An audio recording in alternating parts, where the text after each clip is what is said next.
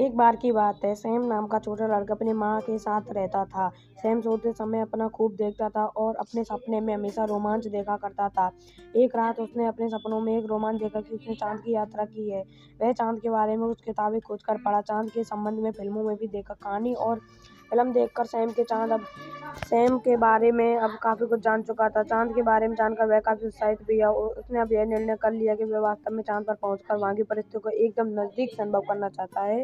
चाँद पर जाने के लिए काफ़ी जोश और उत्साह में था। अब वह दिन भर चाँद पर जाने की यात्रा तैयारी में लग गया। उसने अब दोस्तों की मदद से एक छोटा सा रॉकेट बना लिया। उस रॉकेट को रंग-बिरंगी रंगों से चुका था। उसने चाँद के बारे में जानकारी भी इकट्ठी कर ली थी। चाँद के नक्शा और फोटो की सामग्री इकट्ठी कर ली थी। स्वयं के प्रयास से एक लंबे समय के बाद आखिरकार वह दिन ही आ ही गया जब वह अपने बनाए हुए रॉकेट में बैठकर अंतरिक्ष की ओर वह लॉन्च हुआ था। उसकी यह यात्रा कई चुनौतियों भरी हुई थी, जो एक काफ़ी साहसिक भी यात्रा थी।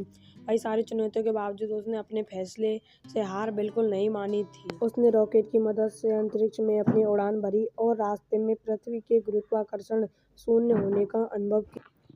उसने काफ़ी करीब से चाँद को पूरा नज़र भर देखा और चाँद की काफ़ी समय तक निहारता रहा।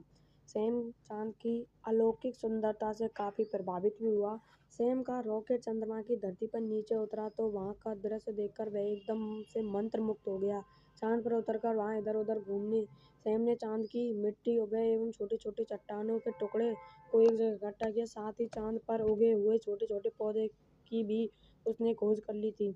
सूर्योदय और सूर्यास्त को चाँद पर रहते हुए सैम ने देखा और उस रहस्यमय के दृश्यों को देखकर वह काफ़ी उत्साहित भी हुआ। उसने सोचा पृथ्वी पर वापस लौट जाना चाहिए। वह अपने रॉकेट के पास आया और रॉकेट में बैठकर वापस पृथ्वी की तरफ अपनी उड़ान शुरू कर दी। 3 दिनों के बाद वह सुरक्षित रूप से पृथ्वी पर वापस उतर गया।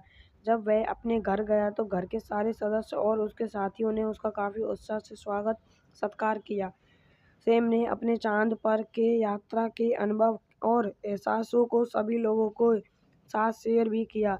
सैम ने चाँद पर रहते हुए जो रोमांच एवं अविस्मरणीय चीज़ों का अनुभव किया था, उसने अपने दोस्तों और अपने परिवार को उन सारी बातों को पूरे डिटेल्स में बताई।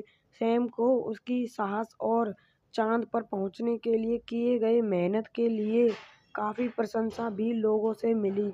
सैम अब बहुत खुश रहने लगा था कि उसने चाँद पर जाने के अपने सपने को अपनी मेहनत से साकार कर लिया था।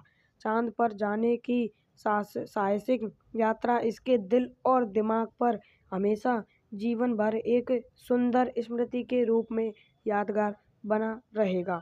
इस कहानी से हमें क्या शिक्षा मिलती है?